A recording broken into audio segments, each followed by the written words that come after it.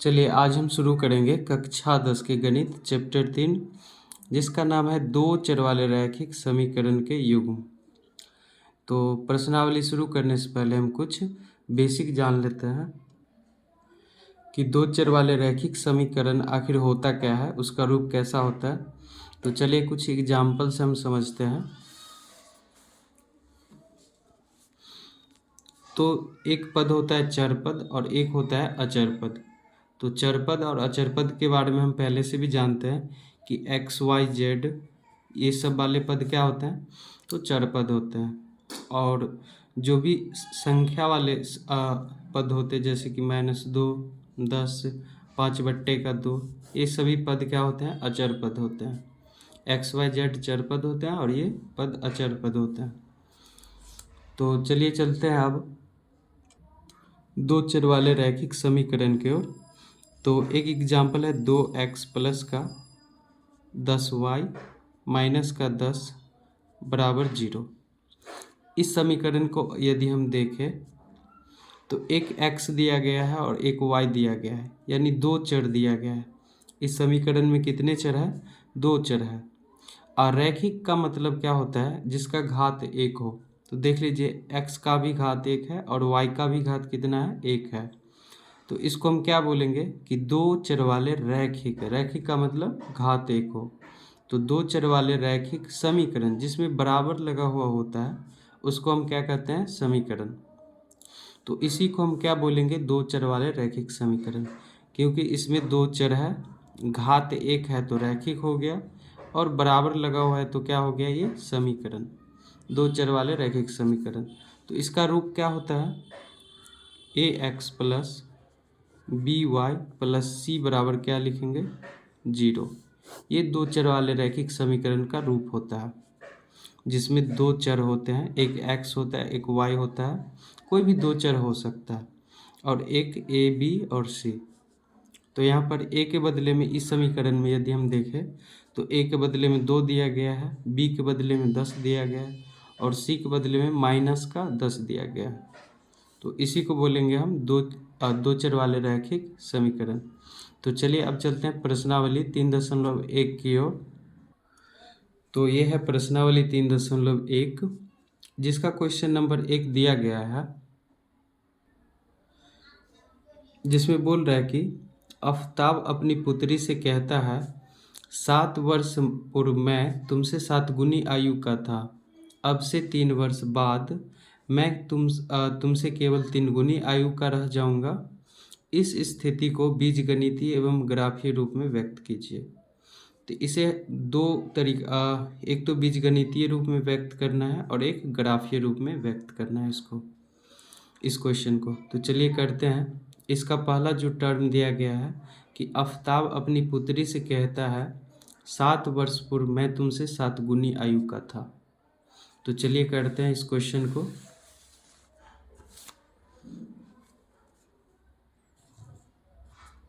Question number 1 दिया गया है कि आफ्ताब अपनी पुत्री से कहता है कि 7 वर्ष पूर्व मैं तुमसे 7 गुनी आयु का था। तो हमें ये नहीं पता है कि आफ्ताब की आयु अभी कितना है और उसकी पुत्री का आयु अभी कितना है, तो ये नहीं दिया गया है। तो हम मान लेंगे, क्या मानेंगे, माना कि आफ्ताब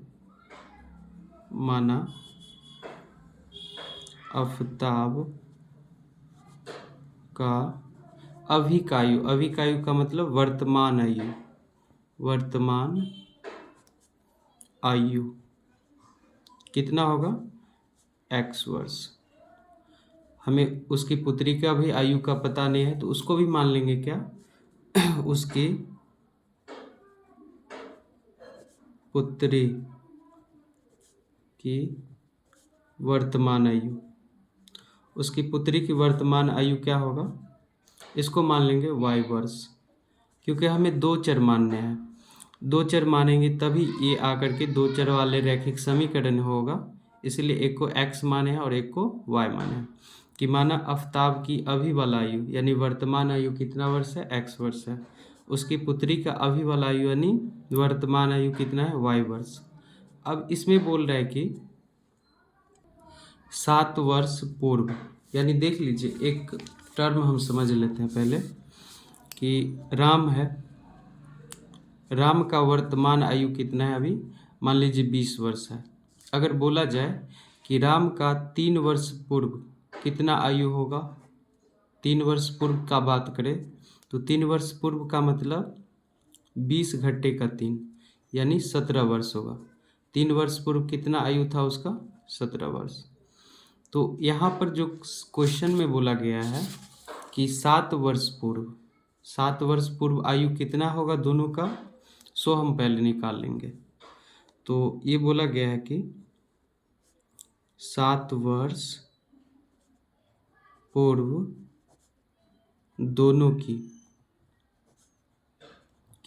आयु, आफ्ताब का भी और उसकी पुत्री का भी, 7 वर्ष पूर्व दोनों का आयु कितना हो जाएगा, आफ्ताब का,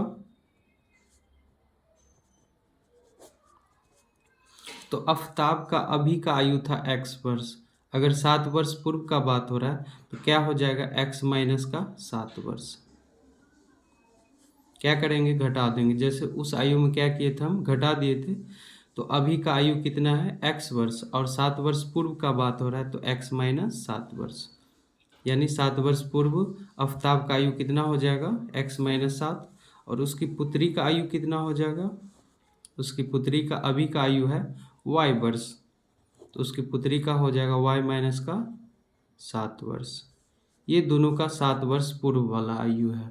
तो यहाँ से बोला गया है, तब यहाँ से आफ्ताब क्या बोल रहा है कि 7 वर्ष पूर्व मैं तुमसे 7 गुनी आयु का था। तो 7 वर्ष पूर्व आफ्ताब का जो आयु था x माइनस 7। आफ्ताब अपनी पुत्री से बोल रहा है कि 7 वर्ष पूर्व मैं तुमसे 7 गुनी आयु का था। पुत्री का आयु 7 वर्ष पहले कितना थी, y माइनस 7, इससे 7 गुनी आयु का था, यानी 7 गुने का हो जाएगा। यहाँ से एक समीकरण हो जाएगा कि आफ्ताब अपनी पुत्री से कहता है कि 7 वर्ष पूर्व, तो 7 वर्ष पूर्व वाला आयु आ गया यहाँ से, तुमसे 7 गुनी आयु का था। आफ्ताब की आयु ये हो जाएगा, पुत्री का आयु का 7 गुना। तो यहाँ से अगर हम देखें तो समीकरण कुछ इस प्रकार बना सकते हैं, x माइनस का 7 बराबर का 7 को y से गुना करेंगे, ये हो जाएगा 7y माइनस का, ये हो जाएगा 7 49। इधर x 7y इधर प्लस का है तो इधर आएगा माइनस का 7y, इधर माइनस का 7 है तो माइनस का 7, इधर माइनस का 49 था तो इधर आया तो प्लस का हो गया 49 बराबर का 0। सबको इधर ले आए, यहाँ से हो जाएगा x माइनस का 7y, 49 धन का है और 7 कर्जे का है तो धन का कितना बच जाएगा, 42 बराबर का 0। एक समीकरण आपका ये हो गया। अब दूसरा बनाते हैं। दूसरा क्या होगा, यहाँ से देख लीजिए। दूसरा कंडीशन में क्या कहता है कि अब से 3 वर्ष बाद मैं तुमसे केवल 3 गुनी आयु का रह जाऊंगा। 3 वर्ष बाद का बात हो रहा है। मान लीजिए अभी राम का आयु है 20 वर्ष, तो 3 वर्ष बाद कितना होगा, 20 + 3 यानी 23 वर्ष होगा। ऐसे आयु निकाल सकते हैं, यानी वर्तमान जो आयु होगा उसमें हम जोड़ देते हैं। तो 3 वर्ष बाद का बात हो रहा है, तो देख लीजिए यहाँ पर 3 वर्ष बाद दोनों का आयु कितना होगा, तो वो पहले हम निकाल लेंगे। 3 वर्ष बाद दोनों की आयु, दोनों का आयु मतलब आफ्ताब का आयु, पहले आफ्ताब का आयु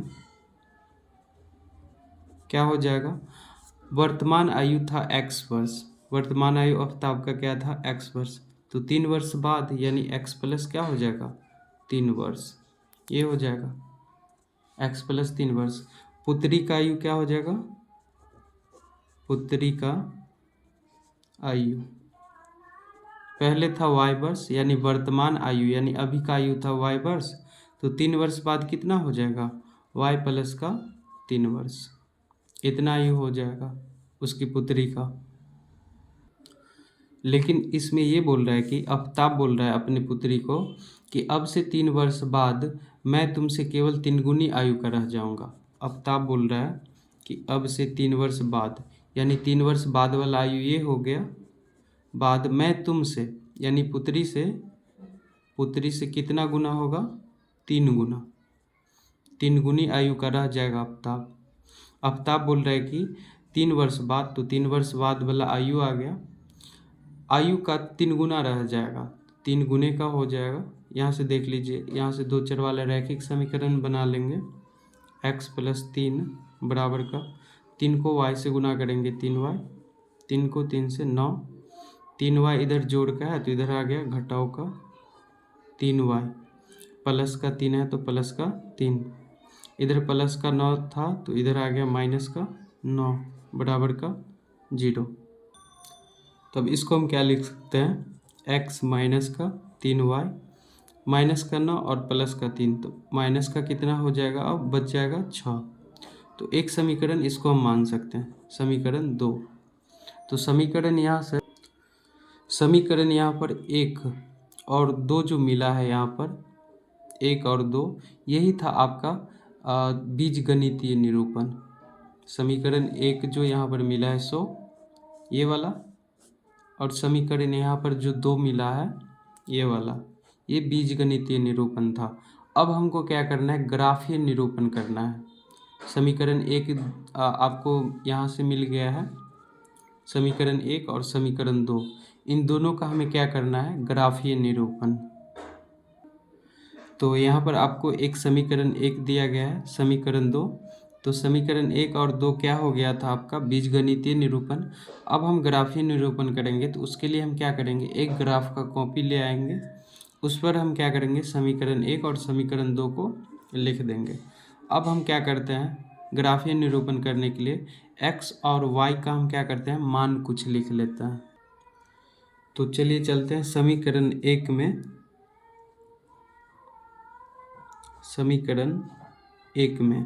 समीकरण 1 दिया गया है x माइनस का 7y प्लस का 42 बराबर का 0।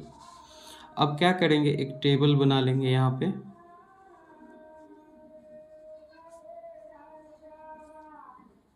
कुछ इस प्रकार, एक में x और एक में y लिख देंगे। यहाँ पर कम से कम x और y का कम से कम 2 मान आप ले सकते हो। अब आगे आपका मर्जी, 2 से जितना भी चाहो अधिक ले सकते हो, लेकिन कम से कम कितना मान होना चाहिए? 2 मान। तो चलिए लिखते हैं, कैसे निकालते हैं? तो कुछ इस प्रकार हम लिखेंगे। तो यहाँ पर x और y का हम ऐसा मान लेंगे ताकि आपको जोड़ घटाव करने में काफ़ी आसानी हो। तो कभी भी हम 0 और 1 लेने की कोशिश करते हैं, 0 या 1। तो मान लीजिए अगर हम x का मान 0 लेते हैं, तो जो मान हम लेंगे यहाँ पर लिख देंगे जब x बराबर क्या लिए? 0। तब इस समीकरण में x का मान हम रखेंगे और y का मान क्या करेंगे? निकालेंगे। x का मान कितना आ गया? 0 माइनस का है 7y प्लस का 42 बराबर का हो गया 0। यहाँ से देख लीजिए, इधर 42 प्लस का है तो उधर भेज देंगे, तो ये हो जाएगा माइनस का 42। 7 के y के साथ 7 गुने का है, इधर आएगा भाग का हो जाएगा, माइनस का 7 भाग का 7 छक 42, माइनस माइनस क्या हो जाएगा? प्लस। y का वैल्यू कितना आ गया यहाँ पर? 6। जब हम x का मान 0 लिए तो y का मान 6 आ गया। अब हम क्या करेंगे? फिर से हम कुछ मान लेंगे। अब हम क्या करेंगे यहाँ पर? फिर या तो x का मान ही ले सकते हैं या फिर y का मान ले सकते हैं, दोनों में से हम कोई सा भी मान ले सकते हैं। तो मान लीजिए एक बार x का ले लिए तो एक बार y को ले सकते हैं। अगर हम यहाँ पर y का मान 5 रख दें तो देख लीजिए, और y का मान यहाँ पर कितना रख देंगे? 5। क्यों 5 लिए हैं सो आपको आगे पता चल जाएगा, देख लीजिए। जब y बराबर कितना ले लिए? 5, तो यहाँ पर क्या करेंगे? समीकरण में हम y का मान रखेंगे। यहाँ पर दिया गया x माइनस 7, तो हम लिख देंगे x माइनस 7 गुने का y है तो y के बदले आ जाएगा 5। उसके बाद दिया गया है प्लस का 42, तो प्लस का 42 बराबर का 0। यहाँ से हम क्या करेंगे, x माइनस 7 पच्चे हो जाएगा 35 प्लस का 42 बराबर का 0। यहाँ से 35 इधर घटाव का है, 42 जोड़ का, तो यहाँ से हल हो के कितना आ जाएगा, प्लस का 7 आ जाएगा बराबर का कितना, 0।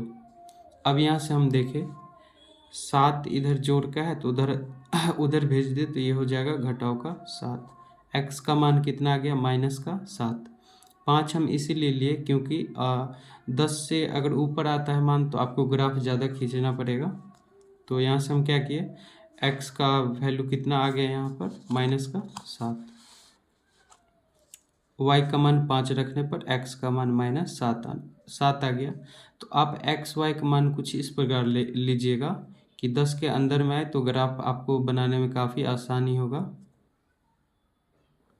और तो और हल करने में भी क्या हो, आसानी हो। चलिए ये समीकरण में क्या किया, हम दो मान निकाल दिए। एक तो x और y का कम से कम तो 2 आपको निकालना ही है। आप अधिक से अधिक कितना भी निकाल सकते हो, 3 4 5 जो भी ले सकते हो। तो समीकरण 1 के लिए ये एक टेबल हो गया। इसी प्रकार हम क्या करेंगे, समीकरण 2 के लिए भी एक टेबल बनाएंगे। अब हम क्या करेंगे, जिस प्रकार हम समीकरण 1 में किए हैं उसी प्रकार हम समीकरण 2 के लिए भी करेंगे। तो चलिए करते हैं। समीकरण 2 में हम क्या करेंगे, एक टेबल पहले बना लेंगे। एक x हो जाएगा और एक y, और इन सभी का हम क्या करेंगे, मान लिखेंगे। तो समीकरण 2 दिया गया था x माइनस का 3y माइनस का 6 बराबर का 0। तो चलिए कभी हम किस चीज़ से शुरुआत करेंगे, या तो x का मान 0 या 1 लेने की कोशिश करेंगे ताकि आपको हल करने में काफ़ी आसानी होगा। तो यदि हम x का मान यहाँ पर 0 लेते हैं तो देख लीजिए, जब x बराबर क्या किए 0, तो यहाँ से हो जाएगा 0, x के बदले में 0 लिख देंगे। 3y माइनस का है 6 बराबर का 0। इधर माइनस का 6 है तो उधर अगर भेज दे तो ये हो जाएगा प्लस का 6। 3 इधर गुने का है y के साथ तो उधर गया तो ये आ जाएगा भाग का 3। माइनस में है तो माइनस में 3 दूनी के 6, ये बच जाएगा माइनस का 2। यानी y का वैल्यू यहाँ से कितना आ जाएगा, y का वैल्यू आ गया यहाँ से माइनस का 2। यानी x का वैल्यू 0 तो y का वैल्यू माइनस का कितना आ गया, 2। चलिए अब क्या करते हैं, y का वैल्यू एक बार 0 ले लेते हैं। तो जब y का वैल्यू हम यदि 0 लेते हैं तो चलिए x का मान क्या निकलता है देखते हैं। जब y बराबर 0, तो समीकरण दिया गया है x माइनस 3y, तो ये हो जाएगा x माइनस 3 गुने का y है तो y क्या हो जाएगा 0 माइनस का 6 बराबर का 0। तो 3 को 0 से गुना करेंगे, ये हो जाएगा 0, ख़त्म हो गया, बचा माइनस का 6 बराबर 0। इधर माइनस का 6 था तो उधर गया तो प्लस का 6। x बराबर कितना आया 6। तो जब y बराबर 0 तो x बराबर कितना आ गया 6। तो इसका भी 2 मान निकाल दिए और उसका भी 2 मान। अब हम क्या करेंगे, इन टेबल से हमें ग्राफ खींचना होगा। ये जो टेबल आप निकाले हो इन्हीं टेबल से हमको ग्राफ खींचना होगा। तो चलिए ग्राफ खींचते हैं। ग्राफ कैसे खींचा जाता है वो आप देख सकते हो। तो ग्राफ शीट कुछ इस प्रकार होता है जिसमें आपको क्या करना पड़ता है, एक एक्स अक्ष और एक वाई अक्ष बनाना पड़ता है। तो यहाँ पर हम क्या करेंगे, एक एक्स अक्ष और एक वाई अक्ष बनाएंगे। तो यहाँ से वाई अक्ष हम इस प्रकार बनाएंगे, ऊपर से नीचे तक एक लाइन खींचेंगे। ये हो गया आपका वाई अक्ष। एक एक्स अक्ष हम बनाएंगे, ये मोटे वाले लाइन पे हमें क्या करना है, अक्ष बनाना है। आपको जो मोटा लाइन दिखाई दे रहा है उस पे हमें एक्स अक्ष और वाई अक्ष बनाना है। तो इस प्रकार बनेगा। इसको हम लिख भी सकते हैं। इधर होता है x, इधर होता है माइनस का x। क्या होता है इधर? माइनस का x। ऊपर होता है y और नीचे होता है, ऊपर जो होगा प्लस का y होगा और नीचे क्या होगा? माइनस का y। तो जो होगा वो हम लिख देंगे। अब देख लीजिए इसमें हम क्या करेंगे, टेबल में हम संख्या देखेंगे कि अधिकतम संख्या तक कितना गया है, वो हम देखेंगे। यहाँ से देख लीजिए, तो इस टेबल में अधिकतम संख्या 7 तक गया है। यहाँ पर हम देखें, इस टेबल में अधिकतम संख्या 6, यानी 7 लाइन तक हमें खींचना होगा। यहाँ से देख लीजिए, अधिकतम संख्या जितना तक गया होगा उतना तक हम लाइन खींचेंगे। एक इधर हो जाएगा, 1 2 3, मोटा वाला लाइन पे हमें क्या करना है? संख्या लिखना है। 4, ये हो जाएगा 5, ये हो जाएगा 6 और ये हो जाएगा 7। उसी प्रकार हम क्या करेंगे, इधर भी लिखेंगे। इधर होगा माइनस का, इधर माइनस का है तो माइनस का 1, इधर होगा माइनस का 2, इधर होगा माइनस का 3, माइनस का 4, माइनस का 5, इधर होगा माइनस का 6, माइनस का हो गया 7। उसी प्रकार ऊपर भी हम संख्या लिख देंगे। और ये जो आपको x अक्ष और y अक्ष जहाँ काटा है वो हो जाएगा मूल बिंदु। इसको हम क्या कहते हैं? मूल बिंदु। और ये होता है 0। क्या होता है मूल बिंदु? 0। यहाँ 0 से शुरू होता है। अब यहाँ पर लिखेंगे, ऊपर प्लस का है तो प्लस का 1, प्लस का 2, 3, 4, ये हो जाएगा 5, ये हो जाएगा 6, ऊपर एक और खींच देंगे यहाँ से, ये हो जाएगा 7। यहाँ पर हम देखें, ये हो जाएगा, या नीचे माइनस का होगा तो माइनस का 1, माइनस का 2, ये हो गया माइनस का 3, माइनस का हो गया 4, माइनस का 5, माइनस का 6 और ये हो गया माइनस का 7। तो जैसा दिया गया था हम क्या किए, उस प्रकार x अक्ष और y अक्ष खींच लिए। तो समीकरण 1 का हमें क्या करना है, समीकरण 1 का जो टेबल हम निकाले थे उस टेबल से हम क्या करेंगे, लाइन खींचेंगे। तो समीकरण 1 का टेबल कुछ इस प्रकार हम लिखे थे। यह है समीकरण 1 का टेबल जो आप पीछे क्या किए थे, निकाले थे। तो x का मान 0 और y का मान 6। पहला बिंदु हम क्या खोजेंगे, x 0 और y 6। सिर्फ एक के लिए अभी हम कर रहे हैं, एक के लिए पहले लाइन खींचेंगे, उसके बाद 2 के लिए। तो x का 0 और y का 6 लेना है। तो यहाँ से देखिए, x में 0, तो x में 0 तो यही होगा, लेकिन y में कितना लेना है, 6। तो y में 6 कहाँ चले जाएंगे, ऊपर की ओर, सीधे यहाँ देख लीजिए, यहाँ पे ये जो बिंदु है x में 0 है और y में 6 है। तो ये जो बिंदु है 0 और 6 हो जाएगा। यहाँ से हम इस बिंदु को लिख देंगे, x में 0 और y में 6, इस बिंदु को। तो यहाँ से ये हो गया। अब दूसरा बिंदु क्या लेना है, यहाँ पर देख लीजिए, -7 और 5 लेना है। x में -7 और y में 5। तो यहाँ से x में -7 लेना है और y में कितना लेना है, 5। तो y में 5 कहाँ है, यहाँ पे। तो यहाँ से ऊपर जाएंगे और यहाँ से y में 5 यहाँ है। ये दोनों जहाँ कट करेगा वो बिंदु क्या हो जाएगा, यहाँ से देख लीजिए। तो ये जो बिंदु हो गया, ये बिंदु क्या हो गया, -7 और 5। ये x में कितना है, x में है -7, यानी यहाँ से जाएंगे यहाँ -7, और y में कितना है, 5। तो y में 5 यहाँ हो गया। तो दोनों को आगे बढ़ाएंगे, इसको भी और इसको भी, तो कट करेगा इस बिंदु पर। तो ये बिंदु हो जाएगा -7 और 5। दूसरा हम अब दूसरा समीकरण के लिए देखिए, दो बिंदु जो मिल गया, इससे हम क्या करेंगे, लाइन खींच देंगे। तो लाइन कुछ इस प्रकार हम खींचेंगे। आप चाहो तो स्केल लेके खींच सकते हो। इसको क्या करना, मिला देना ऐसे करके। सॉरी, यहाँ पे नहीं मिला, लेकिन आप स्केल से खींचना तो कुछ इस प्रकार मिल जाएगा ये लाइन ऐसे। आप स्केल से खींच सकते हो यहाँ पे ये लाइन। अब दूसरा समीकरण के लिए हम क्या करेंगे, लाइन खींचेंगे। दूसरा समीकरण के लिए क्या होगा, x का मान 0 और y का मान -2 लेंगे। तो यहाँ से x का मान जो 0 आएगा, ये तो 0 हो गया x का मान, लेकिन y का मान कितना लेना है, -2। तो -2 यहाँ पे है।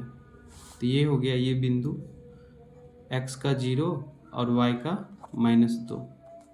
दूसरा हमें कैसे लेना है, x का 6 और y का 0। तो x का 6 कहाँ गया, यहाँ पे। y का 0 कहाँ है, तो 0 y का भी यहीं पे है। तो ये जो बिंदु हो गया यहाँ पे, ये बिंदु x का 6 हो गया, क्योंकि 6 यहाँ है, x का 6 और y का क्या होता है, 0। तो ये हो गया 6 और 0। कितना बिंदु मिला, एक ये बिंदु और एक ये बिंदु। जो बिंदु आपको मिला उसको हम क्या करेंगे, मिला देंगे। तो आप स्केल ले लेना, स्केल से इसको मिला देना, तो कुछ इस प्रकार मिलेगा। तो ये बिंदु हो गया समीकरण 2 के लिए, और वो बिंदु जो हो गया समीकरण 1 के लिए। तो इसी प्रकार हमें क्या करना था, ग्राफ खींचना था। तो ये क्वेश्चन कभी भी 5 मार्क के लिए आता है, तो आपको ये बनाना पड़ेगा। पहले क्या करें कि हम बीजगणितीय रूप निरूपण कर दिए, ये था आपका ग्राफीय निरूपण।